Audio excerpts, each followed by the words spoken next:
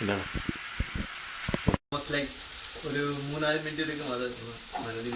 Welcome back to yet another episode of taste of Kerala. ഇപ്പോൾ നമ്മൾ സവോള വഴറ്റി അതിനുവേണ്ടി വെയിറ്റ് ചെയ്യായിരുന്നു. നമുക്കിന്റെ കണ്ണിൽ നിന്നൊക്കെ വെള്ളം വരുന്ന നമുക്ക് കാണാം. കാരണം വളരെ നാട്ടിലെ എപ്പോഴുള്ള ഒണിയൻ അല്ലേ ഇത്, വളരെ വൈറ്റ് ആയിട്ടുള്ള ഒണിയനാണ്. അപ്പോൾ അത് ഭയങ്കര ഗ്യാസാണ്. ഇപ്പം കെയർ ചെയ്യണം. കുറച്ചേറെ നേരം വെള്ളത്തിലൊക്കെ ഇടുകയാണെങ്കിൽ നമുക്ക് ഗ്യാസൊക്കെ അവോയ്ഡ് ചെയ്യണം.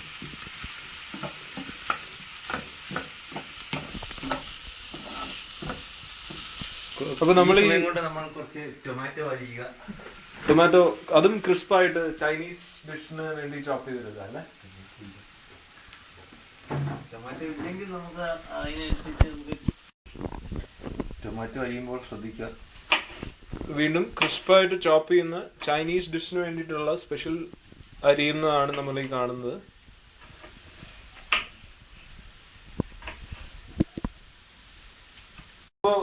ഇതൊരു ബ്രൗണിഷ് കളർ ആവണം, അതാണ് സംഭവം. അതായത് ഇച്ചിരി ഗോൾഡൻ കളർ. ഇപ്പോൾ യെല്ലോ കളറായി, ഇപ്പോൾ ഒരു ഗോൾഡൻ കളറാകും.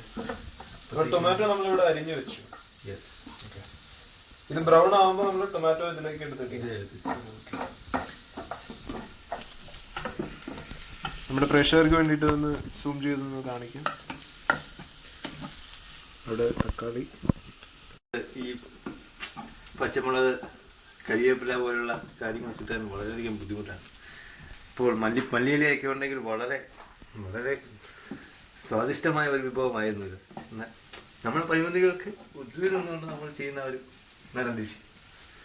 ഇത്രയും കഷ്ടപ്പെട്ടും കടകളിൽ പോയി ഒരു ബാച്ചിലർ തന്നെ സാധനങ്ങൾ മേടിച്ചുണ്ടാക്കുക, കുക്കിങ്ങിനോടുള്ള ആത്മാർത്ഥതയാണ് കാണിക്കുന്നത്.